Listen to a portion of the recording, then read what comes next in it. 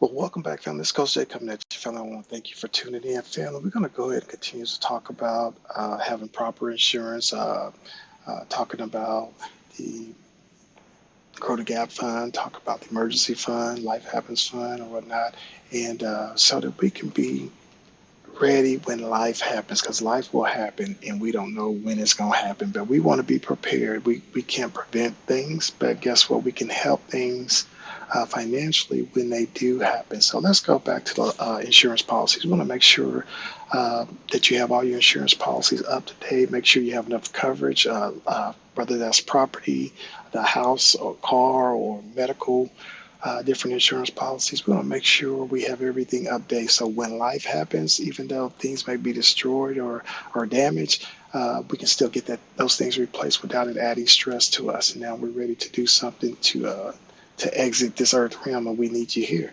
Now watch this, family, also, and we're going to add that to our emergency fund, the deductibles. Make sure we got our deductibles inside of our emergency fund, our Grow the Gap fund, or whatever.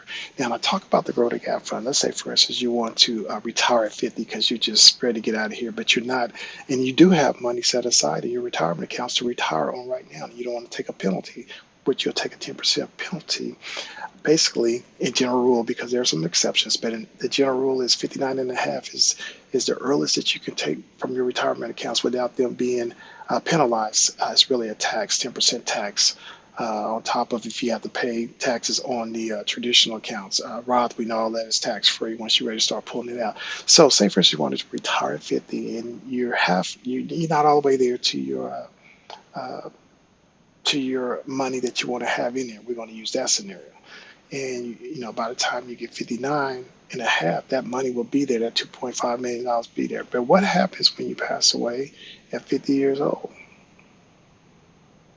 and you have loved ones depending on your income, and you don't have the money set aside for them to be able to continue to live the lifestyle that you have provided for them, which was $100,000 a year? Go ahead and get 150 on 1.5 million to $2 million dollar life insurance policy until such time you get to your, I call it the self-insured life insurance, which is you got the money now to be able to cover all your living expenses on passive income. So think about that. Also think about as you grow the gap that you want to retire at 50.